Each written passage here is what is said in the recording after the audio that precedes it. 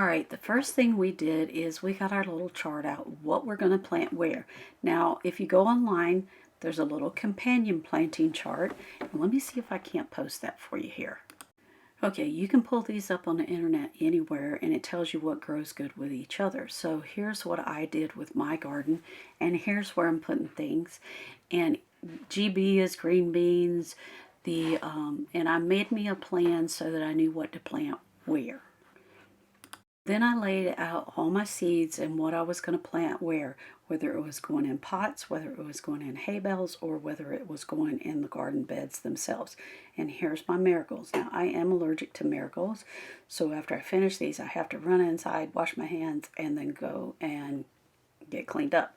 So what I did is I went out here to the garden bed, and I'm going to place these marigolds where I think the most strategic place to be would have them planted would be. And so that's what I'm doing here, because you want to separate them out. Marigolds are very good for keeping pests out of your garden and bugs and stuff that you don't want eating your plants. So after I get them everywhere I want them to be, I'm going to take and dig me a hole down in there in the center, and I'm going to run these down the center of my garden bed, and I'm kind of breaking up the root bulb there a little bit so that those roots realize they're in new ground and they need to start growing again. And then I'm going to just do this all the way down in this bed and in the other bed. And the next thing I'm going to do is I'm going to take my little garden rake. These actually, you can find them at the Dollar Tree cheaper than you can anywhere else, but I've had these for years. So I'm going to break up the ground and I'm going to get it ready for me to plant in. And so I'm breaking up any clumps or anything like that, and I'm just going along, and I don't know what that was, but I didn't like it, so I threw it out. And anything that's big or pieces of wood or anything like that that may be in there, I'm going to pull them out, throw them over the fence, because that's just a ditch behind us and it ain't going to matter anyway. And then we are going to prepare both beds like this, and then we'll move to the next step. Then the next thing you're going to want to do is you're going to want to look. I've decided I'm going to plant corn right down the center of both of these rows, but I end up only having enough to do this one bed. So what you're going to do is you're going to take and turn your seed packet over, read how much it says, how deep it says to plant it, and then you're going to get you something to poke into the ground, which is what I've gone to do now, so that you know how deep you need to plant this, so that you don't bury them too deep, because then they won't come up at all, or it'll take them a long time to come up. We don't have any sticks in our backyard, so I went inside and I got me a marker, and I'm just going to go along and make my little holes. Now, I've looked at the back of the pack to see how much it needs to be buried, and then I'm going to take and just pinch that dirt up over the top of the hole. And then I'm going to do the same thing again until I get all these corn seeds planted all the way down the center of my bed. And it's just that easy. All that information is on the back of the packet. It also tells you when to plant and when not to plant, and what the best growing seasons for it is. Now, here in Florida, we can grow just about anything, except for don't try to grow lettuce, spinach, cabbage, and stuff like that in hot weather. And we're going to be having hot weather here soon, because it gets warm and then it gets cold, then it gets warm again. So right now is a good time to get things started in the garden. Now, here's the back of our seed pack. It tells you how many to place in a row, how far apart to do it, how deep to bury them. And so I'm picking out where I want to start, and I believe these were the green beans that I started over here on this side. And so that's what I'm doing. They're going to be 6 inches apart. So that's what I did, as I made me some holes that were 6 inches apart, and I'm just dropping the seeds down. Now, most people will drop 2 seeds. I only drop 1 seed per hole. And what I do is I kind of measure out where I think the hay bale is, and usually you can get about 6 to 8 seeds in your hay bale, depending on how long your hay bale is. And I can get 8 seeds in the length of my hay bale. So now Kelly's hay bales, you could only get about 6 seeds because hers were that much shorter than mine, and she bought them from a different place. So we're going to just cover these up, and we'll move on to the next thing that we're planting.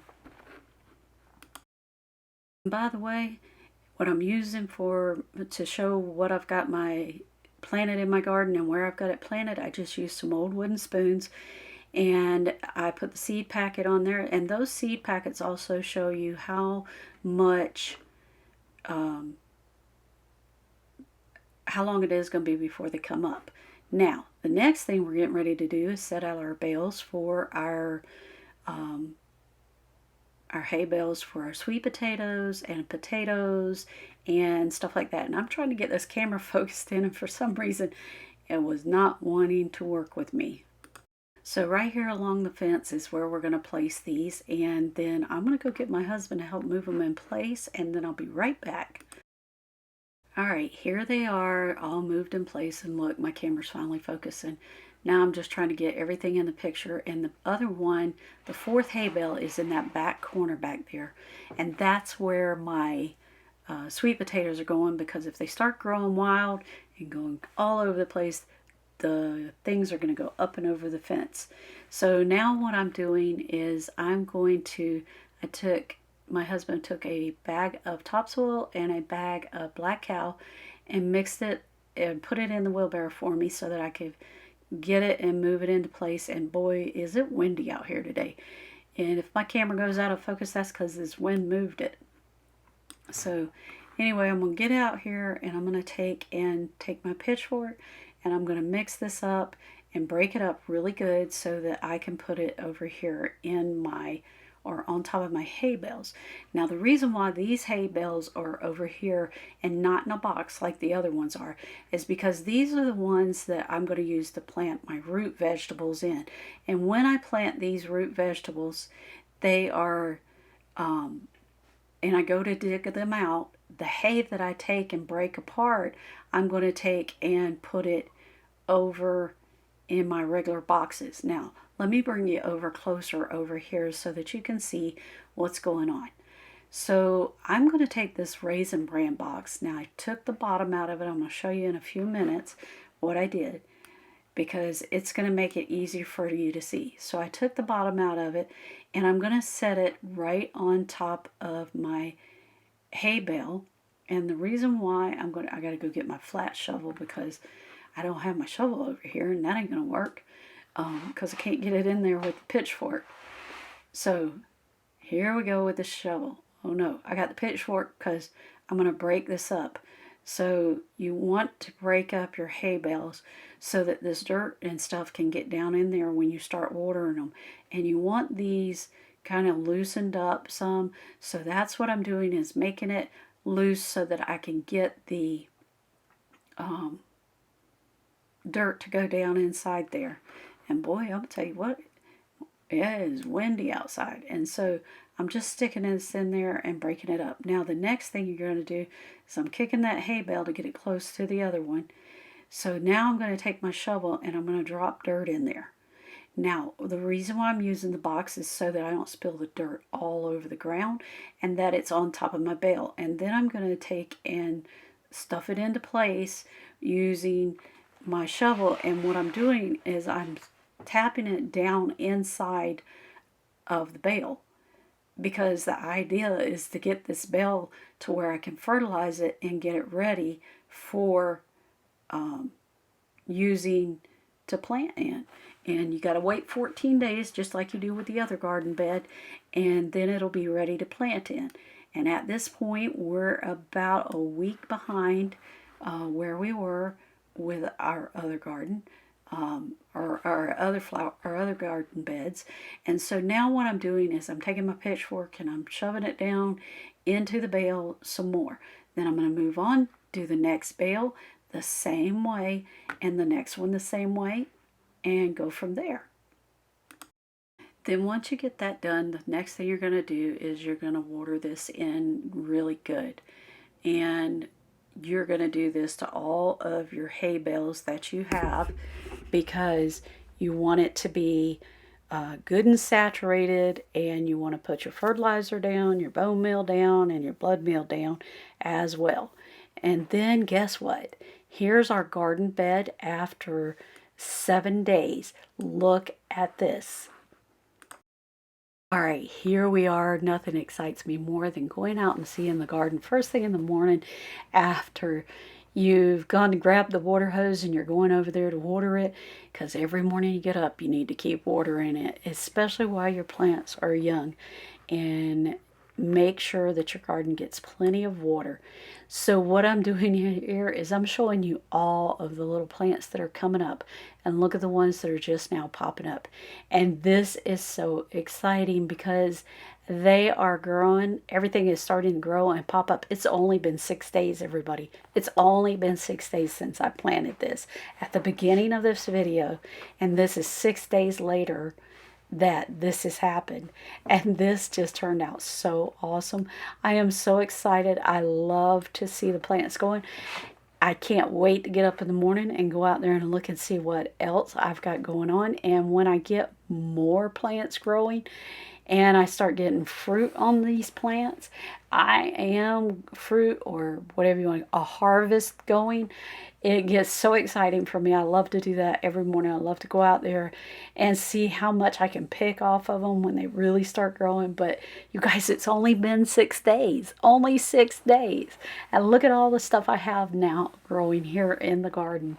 And look, these black eyed peas, they said for culinary use only. I put them in the ground. Let's see if we get some black eyed peas on these.